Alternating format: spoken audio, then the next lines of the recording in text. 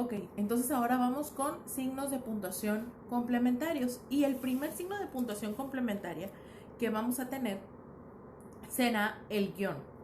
El guión medio, pues este guión medio o guión corto, como se llama, se utiliza para separar las palabras o para unirlas, de modo que permite pues establecer una relación entre sílabas y palabras. Cuando tenemos una oración o un renglón y una palabra no cabe, en automático ponemos un guión y nos vamos. Significa que continúa y que necesitamos iniciar en el siguiente renglón. No se corta la palabra y se elimina, ay, pues quién sabe qué dijo. No, sino que eso nos marca que sigue. ¿Ok? Entonces, también pues se utilizan para determinar o separar dos conceptos, como por ejemplo socioeconómico, lleva un guión, angloparlante lleva un guión, y esto nos ayudará pues a entender que estamos tratando de utilizar como una abreviatura respecto a eso que estamos hablando, ¿ok? Que estamos usando dos términos para formar una nueva palabra. Ese es el guión corto, el guión medio que le decimos en ocasiones. El siguiente signo de puntuación complementario se llama comillas, y las comillas ustedes las conocen, son comillas, hasta las usamos de forma literal para cuando estamos hablando, las marcamos como para decir, hacer como un señalamiento de algo o una precisión de algo, pero en lo escrito las comillas se usan para dos funciones esenciales. La primera es destacar una palabra o frase dentro de un texto, y la segunda para citar palabras de otra persona. Cuando nosotros usamos una frase célebre, muchachos, siempre se tiene que encomillar al principio y al final para indicar que no lo dije yo, que lo dijo otra persona, y que pues obviamente es necesario reconocerle ese trabajo. Y también pues se utiliza para destacar una palabra, como por ejemplo, en la tienda me vendieron una bolsa y dijeron que era duradera. Quiere decir, pues eso dijeron ellos, pero no es así. Bueno, es lo que estoy denotando. Entonces las comillas son, creo que de los recursos que más utilizamos también. Otro signo de puntuación es el diéresis.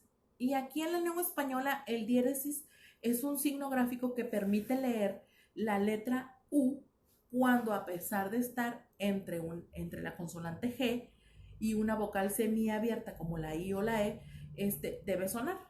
Por ejemplo, ungüento, cigüeñal, guiro, lingüística. Si no lo llevara sería lingüística, cigueñal, perdón, guiro en lugar de guiro, etcétera, etcétera. Entonces, estos dos puntitos que se escriben sobre la U, nos ayudará entonces a entender que la U debe de ser leída, ¿ok? Y que se utiliza pues en estas palabras que ya hemos, como pingüino, etcétera, etcétera, que tenemos ese conocimiento.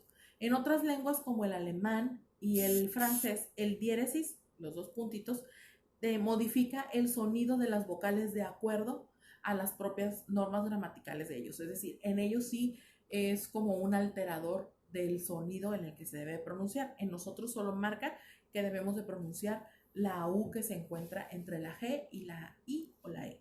¿Okay? Después tenemos el apóstrofo, y el apóstrofo es, en el español tiene varios usos, es esa comillita, no es como la coma, sino es una comilla que se escribe a veces en las palabras y sirve para eliminar o quitar una letra en la escritura antigua. Por ejemplo, cuando decimos de apóstrofe ellos, eliminamos la E para decir de, como el anuncio de volada, de apóstrofe volada, entendemos que ese apóstrofe está eliminando la letra E. Solo que ellos lo hicieron así para pues, darle como un poco de caché al asunto, ¿no? También representa gráficamente pues la omisión de la sílaba que no se pronuncia en el lenguaje coloquial en ciertas regiones, como por ejemplo pa en lugar de papá, por ejemplo, pue, de donde yo vengo, que es pues, y así sucesivamente. No ma, para decir mamá, pero solo pongo ma, apóstrofe, y significa que estoy eliminando la otra sílaba de mamá, y así sucesivamente. Entonces, para eso se utiliza el apóstrofo. Ahora, no se llama apóstrofe, se llama apóstrofo, ¿ok? También a veces cometemos el error o por la costumbre lo decimos de esa manera, pero es apóstrofo, ¿ok? Muy bien. Después tenemos los paréntesis, y los paréntesis también son un recurso muy utilizado por nosotros porque a través de ellos podemos aislar palabras, frases o párrafos incluso. También permite aclarar o aportar alguna información complementaria al texto principal.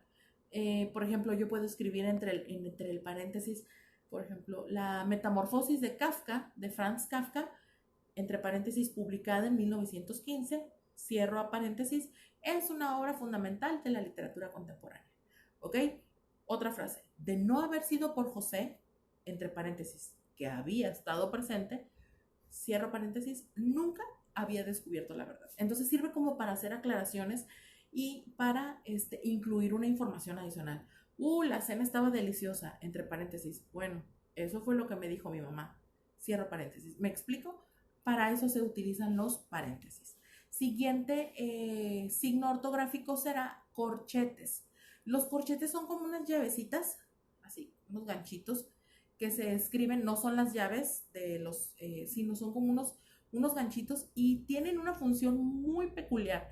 El corchete se utiliza para introducir información adicional a un texto que ya está en paréntesis, es decir, a veces dentro del paréntesis tenemos una información, pero necesito hacer una aclaración, lo voy a decir así, en la aclaración utilizo corchetes y para eso me sirven. Entonces, por ejemplo, si yo digo, el último disco de Violeta Parra, entre paréntesis, llamado Las Últimas Composiciones, entre corchetes, 1966, cierro corchete y cierro paréntesis, fue su obra mejor lograda.